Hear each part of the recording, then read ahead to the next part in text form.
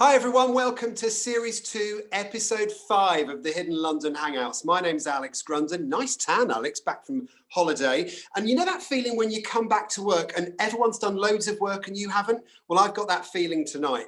It's going to be a slightly shorter episode this week, just for a couple of particular reasons. We'll tell you all about those in a minute. But I want to talk about something that obviously I've had throughout my life, and that's the little Johnston. Because ultimately the typeface of London Underground is everywhere. And we're going to talk about that today. I don't do this on my own. I've got three amazing people from the London Transport Museum to help me. And first of all, Chris Nix, that's a lot of Johnston in your shot. Oh, well, thank you, Alex. I hope it's not too much. I'm sporting the mug, the T-shirt, even my name up there in Johnston this week, because it's time to celebrate that typeface of London that we all know and love, even if we don't know what it's called. We love it. We love it. And Siddy Holloway, are you a fan of Johnston? Oh, I love a good Johnston. As you can see, I'm holding one in my hand right now. It's my favorite, one of my favorite Johnstons in the world. I bet it is. And just while we're on this subject, the reason it's a bit shorter this week is because our beautiful Siddy has actually had coronavirus and she loses energy quite quickly. So this week we're going to keep it nice and short to make sure that our beautiful girl is part of the show for us this week. Laura Hilton Brown, I mean, what's your view on Johnston? Well, hang on a minute, let me get I feel like I should have my mug in shot as well. I had an absolute blast hanging out with you boys last week and doing Brompton Road, but I have my hangout sister back and the crew are back together, and I think it's going to be a good one. I'm excited. I love this. Now, this whole episode was kind of inspired by one of our viewers, Jim Wells, who said, give us something about the typeface. And I have to say, when I was 21, I actually bought the tube font on floppy disk and created my own amazing 21st birthday party invitation with the typeface font, which I love. But we got it. Yes, exactly, Siddy. Did you not see that? Oh my God, that's the so Grundon cool. line. How cool is that? That is so extra. I love you so much for having done that. That's so extra. That. Come and celebrate 21 years of the Grundon line. How cool was that? So that was my little tribute, even at those tender years, to this wonderful typeface. But we thought today we'd investigate it a little bit further and have a look at things. Now, do you remember in episode 1 when we started to be able to see each other again? The whole team was reunited and we could meet up. Well, Chris Nix had just come back from holiday and he brought us a couple of little presents. Well, it's been nice, hasn't it? It's been great to actually see you, which is... I think that's the key. I can actually touch you. Contact going on here. You can, but you should. Actually, I shouldn't. Oh no, sorry. But see, because I can get away with it. Let's do that. What are you going to say? It's I don't know, Alex. I'm going to... Oh my God! Can I lick it? Just in case. You could. You do realise we're now all in a bubble. We are a buble. We're in a Michael Bublé? Michael bubble. So look, we've been away for so long that I've had time to get you not one, but 2 things each. And I know that in season 1, our Johnson was extremely popular. It was. And I know you like Johnson. This is exciting. Look at this. And gorgeous. And there we go. Wow. Amazing. We're all... Cheers. Imagine if you broke it. Sorry. The handle fell off. Come on, Siddy. Hurry up. I love it. And gorgeous. Thank you. I can drink one out of this. I've also got you, when I went away, I've got you some traditional Greek water. Wow, let's go straight in with the hard stuff. I know, Greek water's notorious for lime scale. I don't speak Greek, but that word looks like ouzo. I think I don't speak it either. I think it's Greek for water. Yeah. Yeah, 40% by volume. That's it. Yeah, that'll be water. Not quite That's the lime scale. Yeah, that's Thames water, isn't it? Definitely Thames water. Hey, Well, look, fabulous. here's to the next series. It fits in the mugs though, guys. Look. Isn't that great? These will definitely smash, won't they? They're Season so 2. going to smash. Season Cheers. 2. And well done on series 1. Absolutely. Longer than that. Thank you. Thanks to everyone for joining us. Thanks to everyone for being part of it, guys. Oh, that was so cool. See, this is how much I love this typeface. I've actually got 2 of them. So our girls have got 1 each. I've got 2. Chris has got about 92 in the shot up there. And it was really quite nice. This is where all the fun began in series 2, because we could actually go out and do stuff. But it started our brains thinking about how we can get these iconic bits of the London Underground system and transport into these hangouts. And this is what we came up with. So today, it's all about the Johnston typeface. And Chris, for some strange reason, you've just decided to set me a quiz, which I'm a little bit worried about because I like to be in charge. Well, Alex, we now know, because you hosted a quiz for us recently, we thought you like a quiz, but you didn't get to take part in it. So we just thought we'd start you off with a Johnston-related quiz. So, Laura, do you want to go first with yours? Okay, so Alex, drumroll, are you ready? Yes, I am. Johnston was born in England. Hang on, I've forgotten my question. I love quizzes like this. Wasn't like this at the Transport Museum. Laura checks No, that's wrong. Whilst Laura checks that question, Sidi, do you want to go for your question? We'll come back to Laura. Yes. Which very famous gentleman commissioned Johnston to create the Johnston typeface?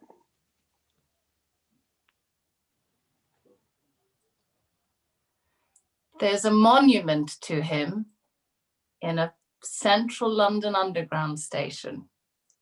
And I know the answer to this because I'm sure I read it earlier. Do you know what? My mind's gone completely blank. His name rhymes with lick. Oh, Frank Pick! That was it. That was it. Was it Frank Lick? I love that Laura finds exactly the right clue for you. I love that. Frank Pick, of course. I do apologise. Yeah, I had a complete mind blank there. Yes, Frank Pick. Excellent. So, Laura, your question for Alex. Okay, so Johnston was British, but in which country was he born? Ooh. He quickly now goes on the Australia? No, Australia. Do you know what? It is really far away, not quite as far away as Australia. Go the other way. From where? From the UK. They are not doing a quiz at the museum. I guarantee they are not going to do this, all right? Where was he from then? Tell me. Okay, Uruguay. So, Uruguay. South Uruguay? America. I ruined it, sorry. Do you know, I hate this quiz. Chris, have you got a question for me? Yes, I have a question for you. What was Johnston's first name? Edward. Correct. Right. Well done. Well done. Excellent work. From Uruguay to the first name. My goodness. This is unbelievable. With that one, right? Mine was difficult. It was. What about tricky. a mental tangle the whole show has been so far? This is unbelievable. Well done, Alex. You got with help 1, with a lot of help 2, and the third one was wrong. So apart from that, it was all good. Well done, team. That was great. But you know, the thing about this typeface, and the first thing is never get typeface and font confused. If you do that in the London Transport Museum, especially in meetings with people who know what they're talking about, you get the worst, dirtiest looks, okay? And we will explain the difference between the 2 of them. But this is something which, when you see it, typed out on a screen, it looks very, very neat and lovely. This stuff, Chris, was done by hand, wasn't it? Yeah, so Johnston was a calligrapher, and so he designed these things by hand, and yeah, then they get converted into the typeset that you then use for printing. Let's have a little look at the board that shows these calligraphized, if that's a word, letters, because it's honestly, they are stunning. They were done by hand. Laura, can you imagine having a steady enough hand to do that? I can't, and do you know what? I don't know much about calligraphy and kind of custom letters and the art form that goes behind this. But there is something very aesthetically pleasing about that board there. We see, I did a calligraphy course years ago. Of and course I've got you one did. of those. Yeah, I did, because I wanted I wanted to be a calligrapher when I was younger. I didn't want to be a rocket scientist or a truck driver. I wanted to be a calligrapher. But actually, it's a real art, and you need a really steady hand. But Chris, we can see two sort of versions of that. What are the differences? And what, I'm sure there's something symbolic about this. So yeah, the board that you can see in front of you shows Johnston typeface, and it's a sans serif typeface, which means that it doesn't have the little kind of hooks on the letters that you would see in a typeface like Times New Roman, for example. So it's a very clean looking typeface. And what you have there is the typeface in two different sizes, and each of those is known as a font. So you've got two fonts there, both of the same typeface. And all the font is a complete set of a typeface in either one size or in italics or in bold. And that's really the difference between the two. So you've got in there, you've got the full stops, you've got the commas, colons, semicolons, dashes, all that kind of thing. And all of those put together, the 26 letters plus 1 to 0, and those is one font, right? That's right. In that size is one font. And then in say 0.20, that would be a different font. I love it. I love it. And looking at the letters that you can see on the screen, the one thing that strikes me, Chris, is there are variations of this typeface through time, aren't there? Because I think, and I might be wrong, but if you go to West Brompton Tube Station, you see a different W to the one that I can see on the screen. I know that's a little bit oblique. Oh, yeah. Oh, you clever boy. You clever boy. There it is.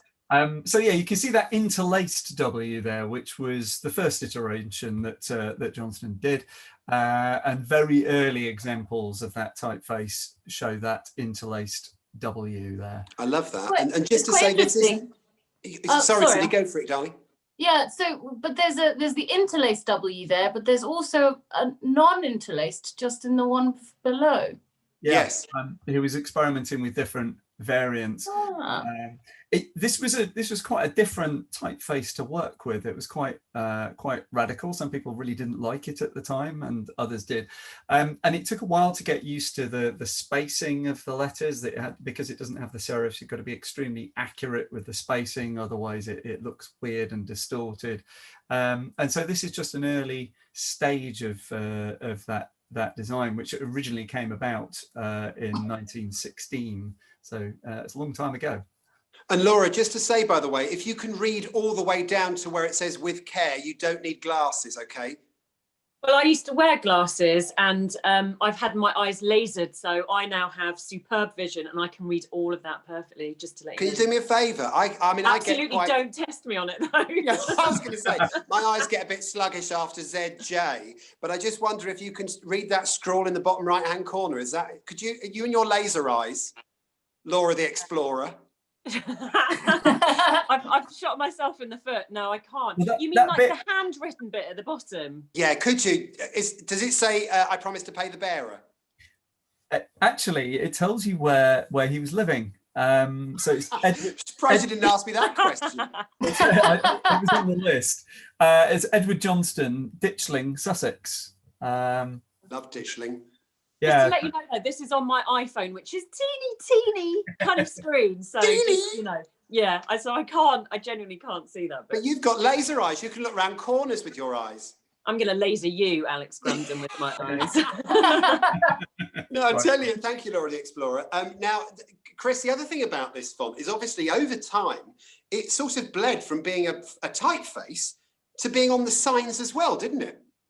Yeah. So that whilst Johnston was designing the proportions of these letters, he also was commissioned to tidy up the bullseye, the kind of the disc with the bar with the station names on. And I'm sporting it on my t-shirt, but let's have a look at the design as it was mathematically defined. And this is Johnston defining a trademark, a symbol which is one of the most recognized in the world, and mathematically defining it for forever. So there you go. That's the proportions of, as it was known, the bullseye, we now know today as the roundel. I love that. And just to say as well, you know, because I've got the book, obviously, because I've got that one. I got that marked down in the museum shop about 2 years ago, particularly like that. But one thing I was going to say was it looks remarkably like, if you were to go on any kind of word processor now, do we even call them that anymore? You would see a font called Gill Sans. And obviously the sans is because of the sans serif, the kick that you get on a lot of those fonts and typefaces. But it does look very similar, Chris. Is there any similarity between Johnston and Gill Sans? Yeah, so Gill was a student of Edward Johnston, so there is some similarity there, and the London North Eastern Railway and then later British Rail took on Gill Sans as their preferred typeface. But there is one way to very easily tell them apart at a glance if you're looking at the lowercase stuff or some of the punctuation. I wonder if somebody else wants to say what it is. Siddy, Laura? Oh, anybody? No. Oh, this is so good, this, isn't it? Welcome back, Alex, from holiday. I can tell you. You're talking about that. Fun fact. Oh, okay. Yeah, no, it's that all of the dots are diamonds. Correct. Yeah. Oh, so just to be clear, the Johnston typeface had diamonds and Gill Sans was round dots on the eyes. Is that right? Squares. Yeah. So if I just stop screen sharing and show you this mug, there you are. Lowercase letters. They have a diamond. And the full stops, semicolons, colons, exclamation points, they all have the diamond. Yeah. I could have given that a rough guess, but I must admit, I'm quite glad, Mr. Nix, that you were able to clear that up for us. I'm so sorry to catch you just mid-swig there. One of the things that is really beautiful about London Underground and everything that sort of flows from it is that you've got the typeface, you've got the signs, but then you've got all of the lovely artwork and the posters. And Chris, it really did go everywhere, didn't it, this typeface? Nothing wasn't Johnston. Yeah, so this was part of a major redesign of kind of branding and corporate identity. So the typeface was designed, the bullseye roundel was designed, and that was registered as a trademark in 1917. And then these things started to appear out on the system, on signage and on posters. So we can have a look at one of the earliest known examples of this being used on a poster. Oh, that's rather lovely, isn't it? So that would have been what, the Bakerloo line? That's right. So that's the extension north out towards Watford Junction. And you can see it's the typeface has been added as Johnston. If you look closely enough, you'll be able to see the diamond over the eye there.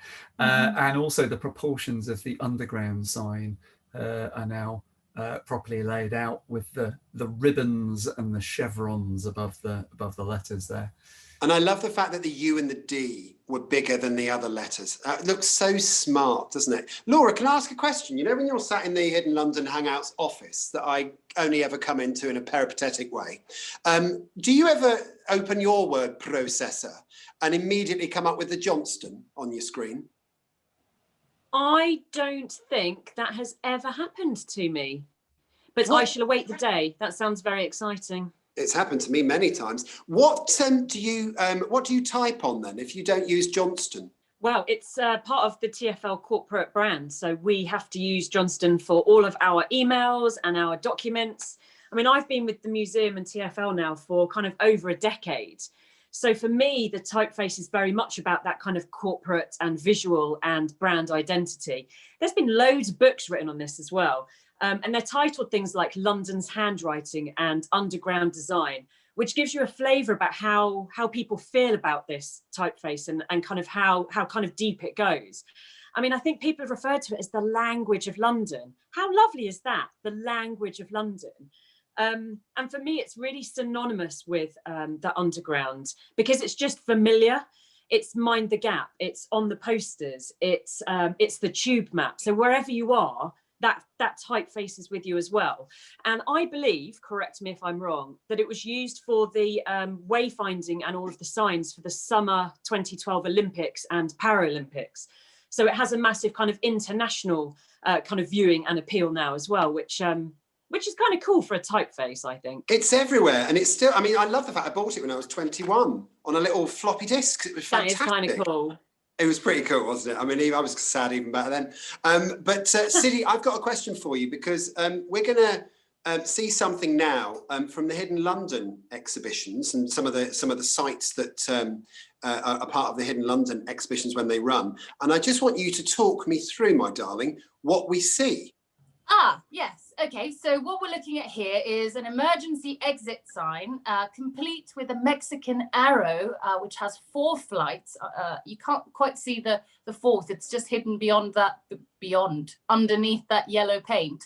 But this emergency exit sign is within a disused part of a station called Dover Street. Do you know, I thought it was because of the pale blue tiles. Exactly. So what is Dover Street called today, Alex? Green Park. You are right.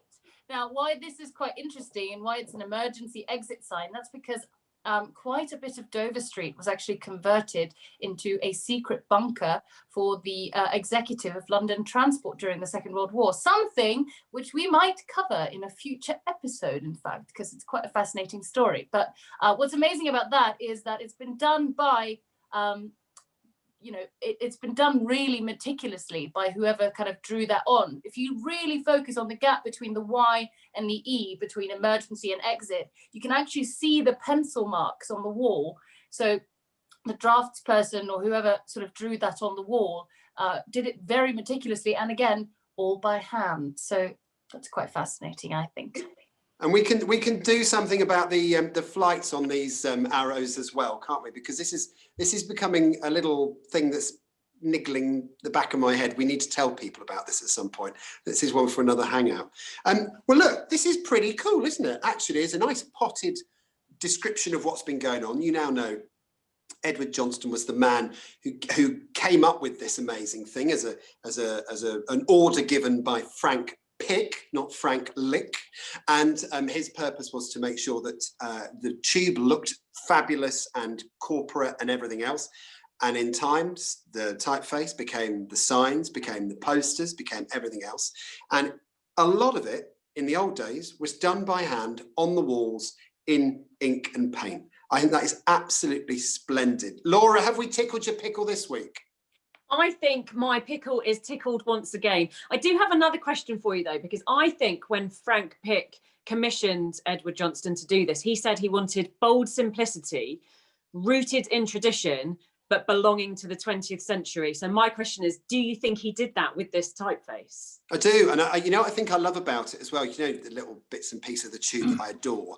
I think the thing is that I still love looking at that font. I like typefaces generally. I think it's really nice that you can put Comic Sans on something silly, or Times New Roman on something the way you want it to look quite important. But the thing I love about the London Transport typeface, Johnston, and its derivations, is it looks like London. It's become London in a typeface. And that I think is stunning. It's served as well, hasn't it, Chris? It has, and I think as a mark of how important a typeface this was, it's had several redesigns to keep it up to date and add new characters as they've come along into common use. And only last year in 2019, Edward Johnston got a memorial put up at Farringdon in his honour. So, like Pick, his contribution to our everyday travelling experience has been honoured with a memorial. There you go. Nice little potted history there of the Johnston typeface. One notes query in question here from the guy who came up with the idea for this one, Jim Wells. Hello, Jim. I hope we've answered some of your questions. And here's one that he sent us. He said, I've seen historical underground posters advertising it's cooler below. And I remember more recent news stories about schemes to cool the underground down and advice about carrying water when it gets hot. Apparently, the ground is simply heated up over time from trains, people and equipment. Have fewer trains and passengers over the past few months allowed the system and the clay that surrounds it to cool down at all? Or is there so much heat stored for the period to have made any difference? I think he's right, actually. And Chris, you may or may not have a view on this, but my original education was in geography. And when the tube was dug, it would have gone through wet clay, which is cold and wet.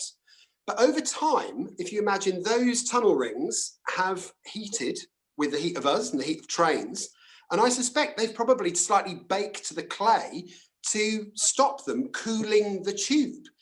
So would you think I'm right, Chris, with that? I mean, this is a geographer's mind going to an engineer's brain. No, you're absolutely right that the ground has heated up over Well time. done, me. As to whether it started to cool down, don't know. I suspect it'd be one of those things. It took a long time for it to heat up. It's really going to take a while for it to cool down again. And I don't know if it's something that's been monitored during this period. So it would be an interesting one for me to ask some of my colleagues in LU to see whether the engineers have indeed been monitoring that. That's a great question. And Is it good? I will go away and start making inquiries on. Fabulous. Thank you very much. Well, look, there it is for you. What we want you to do is to follow us on Instagram. So you've got Chris Nick, City Holloway, Alex Grundon and LT Museum on Instagram. Give us a follow. Any questions you've got, drop into our DMs. We would love you to join us there. Also on YouTube, down below, like and comment below. We want you to do that and subscribe to the LT Museum YouTube feed. And thank you to Laura. So I think it's been a great episode. But you know what I absolutely love about this one is each week how much we find out about you. So this week I've added to my list, you wanted to be a calligrapher. Last week or a couple of weeks ago, you absolutely nailed chicaning a route master bus around a route.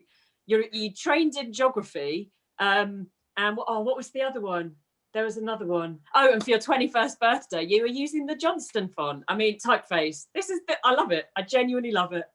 Johnston for me 21st. Can you imagine? Yeah. All my wishes come at once. But can I just say, the reason I never became a calligrapher, because that is my scrawl. Look at it. It is terrible. So that's all we have for any episode of the Hidden London Hangouts is a page of scribbled notes from me. These guys literally do this without notes. This is not planned, not rehearsed, nothing. We literally sit down and we do the episodes. And I have to say, we love every one of them. Siddy, thank you so much for coming back. I hope your energy levels have managed to hold up. And we're so glad to have you back after COVID.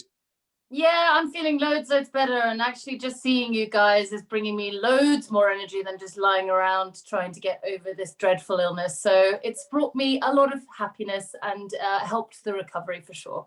Fabulous. Better than any antibiotics available on the NHS. It's marvellous. And Chris Nix, thank you so much as well. Thanks, Alex. It's been nice to have a quick look at a subject and be good fun to put some of that knowledge to good use in our sign store in a later episode. Fabulous stuff. Before all of your energy goes and all of our energy goes, have a great day and stay safe.